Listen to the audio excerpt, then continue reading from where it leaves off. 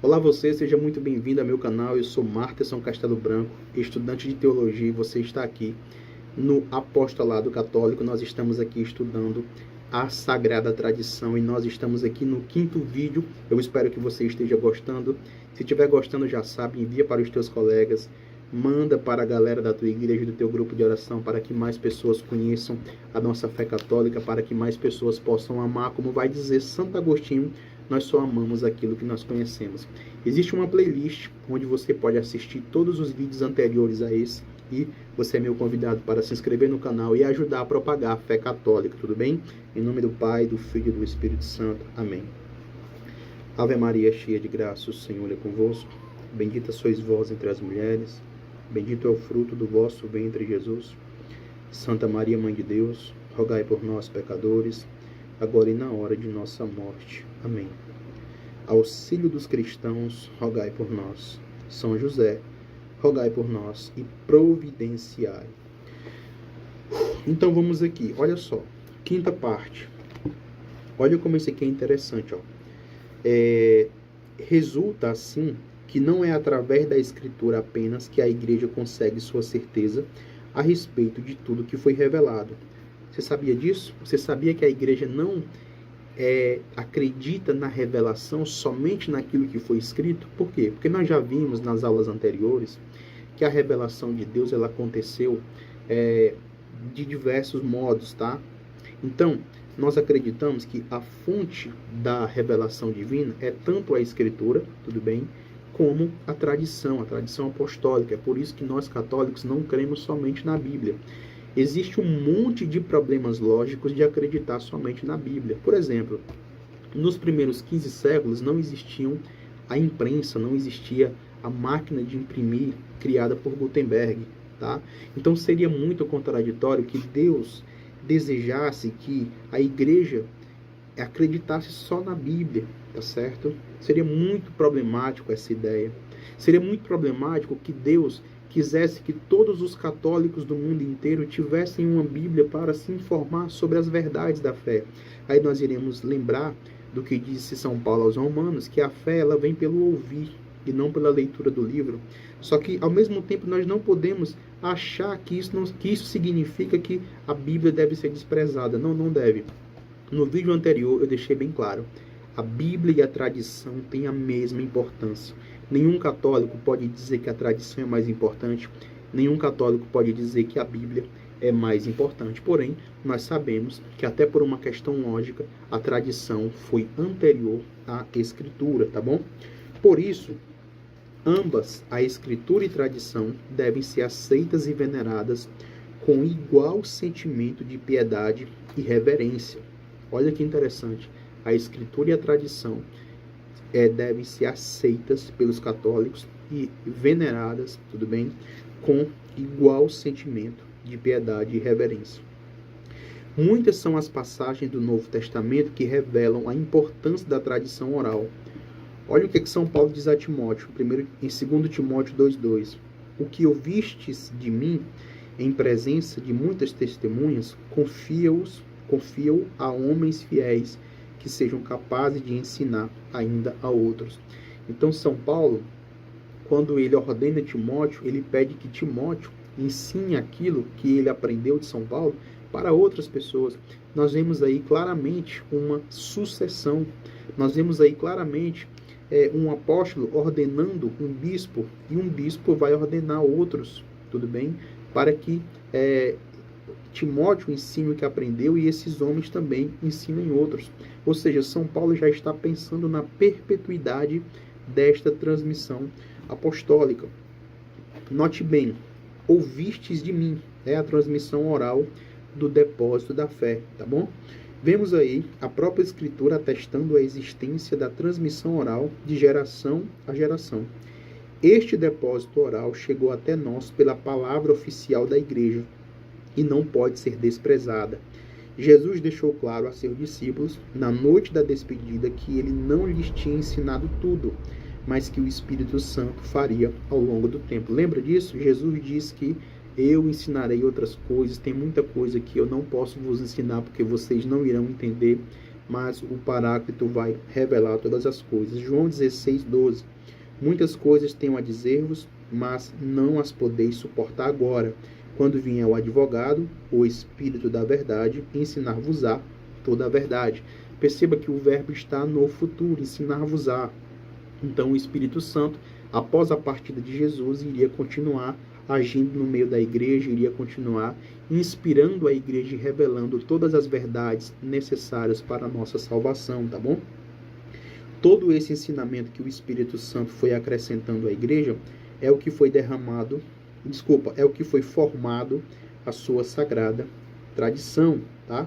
Era tão marcante a inspiração do Espírito Santo que, por exemplo, após o Concílio de Jerusalém, os apóstolos escreveram à igreja de Antioquia. Olha só, com efeito, pareceu bem ao Espírito Santo e a nós, Atos 15:28.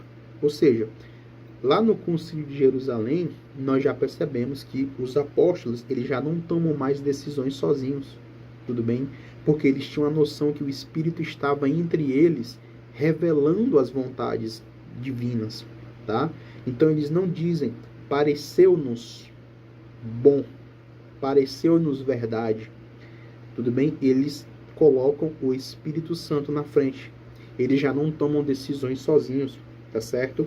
Pareceu bem ao Espírito Santo e a nós. Olha que interessante, o Espírito já estava agindo no meio da igreja primitiva, revelando todas as suas verdades, toda a sua vontade. Ou seja, o cumprimento da promessa de Jesus. Eu vou, mas enviarei o Paráclito, tá bom? Outras passagens mostram essa intimidade deles com o Espírito Santo. Atos capítulo 4, versículo 8. Então Pedro, cheio do Espírito Santo, tudo bem? Tomou a palavra e começou a falar. Atos 5:9. Por que combinastes para pôr à prova o Espírito do Senhor? O que nós iremos ver, né, naquela passagem do casal que acaba vendendo um terreno por um preço maior e diz que vendeu por um preço menor e tenta enganar o Espírito Santo. E a gente percebe que São Pedro, tá certo? E o Espírito Santo tinha uma intimidade absurda. O Espírito Santo mostrava para São Pedro, no coração, todas as verdades. Isso é muito legal. Diante do grande conselho dos judeus e do sumo sacerdote, Atos capítulo 5, versículo 32, deste fato nós somos testemunhas, nós e o Espírito Santo. Ou seja, os apóstolos já não viviam mais sozinhos. Tudo era feito em unidade com o Espírito Santo. Podemos, portanto, afirmar com toda certeza que tudo o que está na Bíblia é verdade, mas nem toda a verdade está na Bíblia. Parte da revelação foi oral e está na tradição, que por isso é sagrada e indispensável. Nós chamamos a tradição de sagrada, por quê? Porque foi revelada pelo Espírito Santo, pela própria Santíssima Trindade, tá bom? Na segunda carta aos Tessalonicenses, vemos claramente a tradição oral. Se você tiver com sua Bíblia, você vai abrir em 2 Tessalonicenses, capítulo 2, versículo 5, onde está escrito assim, ó: não vos lembrais de que vos dizia estas coisas, quando ainda é convosco? Ou seja, será que vocês esqueceram que quando eu estava no meio de vocês eu ensinava isso? Tudo bem? 2 Tessalonicenses 2,15. Assim, pois, irmãos, preste atenção, ó, ficai firmes e conservai os ensinamentos que de nós aprendestes, seja por palavra, seja por carta nossa. Olha que interessante. O apóstolo, em 2 Tessalonicenses 2,5, deixa bem claro as duas fontes, né, que ele transmitia a verdade para a comunidade. Primeiro, por palavra, ou seja, transmissão oral, ou por carta, tudo bem? Enfim, pela Bíblia, tá certo? Pelo Biblos, não existia Bíblia ainda, e pela transmissão oral, tá certo? Em 2 Timóteo 2,2 está escrito assim, ó: que ouviste de mim em presença de muitas testemunhas, confia-os a homens fiéis que sejam capazes de ensinar ainda a outros. Transmissão oral futura, tudo bem? Ou seja, eu aprendi de Jesus, te ensinei, peço que você ensine a outros homens fiéis, tá bom? Para que esses homens ensinem a outros. E, obviamente, para que esses outros ensinem a outros, e assim sucessivamente. Isso é a tradição apostólica, é a sucessão apostólica, é a sagrada tradição. Isso é muito legal, cara. Tudo bem? É uma prova que você tem que buscar conhecer mais ainda as belezas da sua fé católica, tá bom? Essas passagens se referem a uma transmissão de verdades por meio oral e não escrito. Ou seja, não dá para a gente desprezar esse valor, né? Olha só, nem tudo o que Jesus ensinou e fez, e nem tudo o que os apóstolos ensinaram foi escrito. Naquele tempo era difícil escrever. Aí aqui nós iremos ver umas questões logísticas. Olha, não havia papel e caneta fácil como hoje. Usava-se pergaminhos, pele de carneiros, papiros, né? Penas molhadas na tinta. Escrever era raridade e era caro, tá certo? É por isso que eu digo, até por uma questão logística, não fazia sentido Deus exigir que todos os cristãos conhecessem o que estava escrito aqui, ou seja, tivessem um exemplar de Bíblia em casa. Não era assim que funcionava no mundo antigo, tá certo? As pessoas não tinham acesso aos escritos. Era muito caro ter acesso a uma escritura. Era muito caro, demorava muito. Muitas vezes a escritura, né, o copista demorava às vezes 3 anos para escrever uma Bíblia. E quando ele terminava, era caríssimo. Tudo bem? É por isso que não fazia sentido o Senhor Deus exigir que os cristãos primitivos e inclusive os cristãos de hoje em dia precisem ler a Bíblia para se salvar. E eu vou repetir, eu não estou tirando a importância da leitura da Bíblia, mas a fé, ela vem primeiro pelo ouvir, como vai dizer a carta aos Romanos, tudo bem? E por que a fé vem pelo ouvir?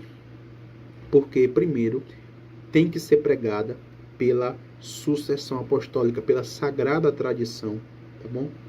É muito simples de entender.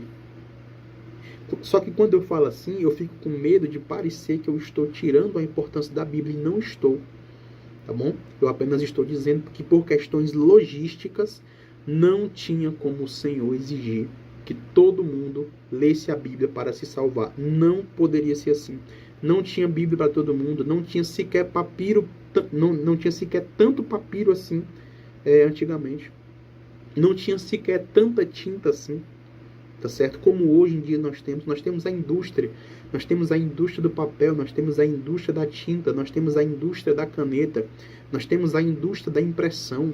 Hoje em dia nós podemos imprimir milhões de livros por dia, mas naquela época não era assim, tá certo? Nós temos que entender isso.